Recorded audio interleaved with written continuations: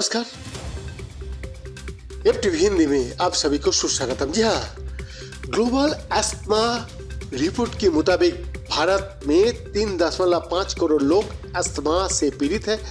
Doctor बताता है कि अस्थमा की स्थिति किसी भी उम्र में शुरू हो सकता है।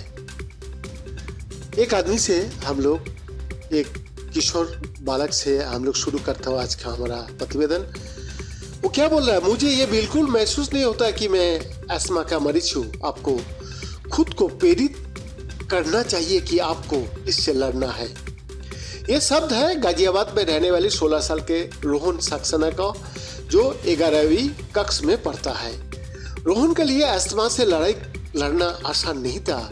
उनके जीवन में कई बार ऐसे पल आए जब उन्हें अस्थमा के अटैक पड़े और अस्पताल में भर्ती भी होना पड़ा। वो बताता है, मुझे मेरी पेरेंट्स ने अस्थमा के बारे में तो बताया था, लेकिन मैंने कभी महसूस नहीं किया। शायद 5वीं कक्षा में फिजिकल डेवलपमेंट की क्लास में जब भागना पड़ा तो मुझे सांस लेने में परेशानी हुई। टीचर ने तुरंत मेरे पेरेंट्स को बुलाया। रोहन कहता है कि उन्हें आपातकालीन स्थिति के लिए इनहेलर लेने और एलर्जी की दवा खाने को कहा गया, जो उन्होंने करीब 8 साल तक ली। रोहन की माँ रेशमा सक्सेना कहती है, रोहन जब 2-2.5 साल का था तो 1.5 साल का अंतराल पर ही हमें उसे 2 बार अस्पताल में भर्ती करना पड़ा। जब भी जैसे ही हमें स्कूल से फोन आता है हम तुरंत भागता है। एक डर हमेशा रहता है। उनके अनुसार जब भी प्रदूषण बढ़ने लगता है मैं अपने बच्चे को लेकर चिंतित हो जाती हूँ। बुटीक का काम करने वाली रेशमा सक्सेना कहती है, मैं और मेरे दोनों बेटे को अस्थमा है।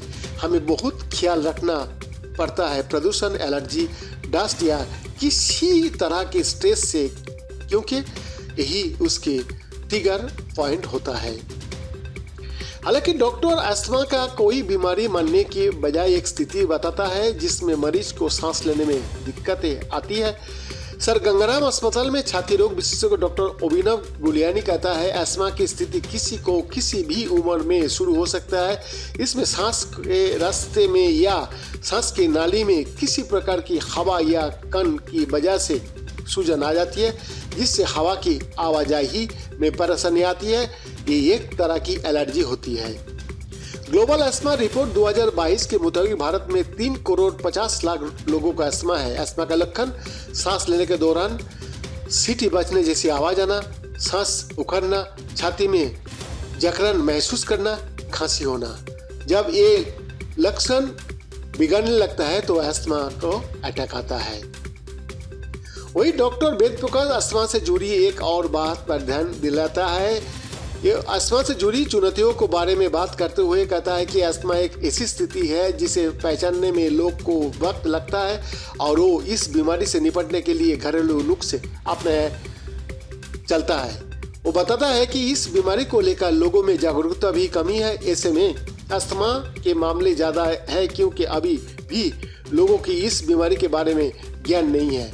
डॉक्टर वेद प्रकाश लखनऊ में किंग जॉर्ज मेडिकल यूनिवर्सिटी में pulmonary and critical care medicine का प्रमुख है।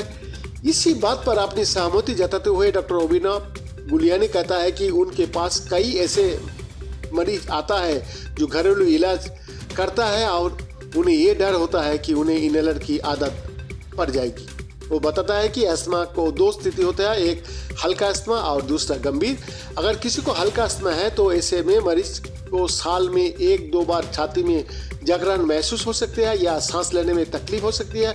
वही गंभीर अस्थमा के मामले आता है तो 8% ही होता है और दवा लेने के बावजूद वो नियंत्रण में नहीं आता।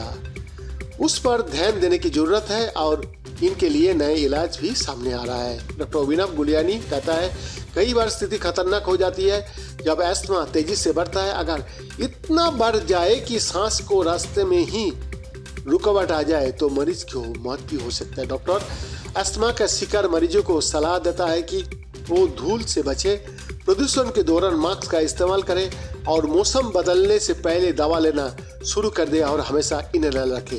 अस्थमा बचपन से लेकर बुढ़ापे में कभी भी हो सकता है और कई कारण होता है जो मरीज को शरीर पर अधिक प्रभाव डाल सकता है, जिसे वो ट्रिगर पॉइंट बताता है।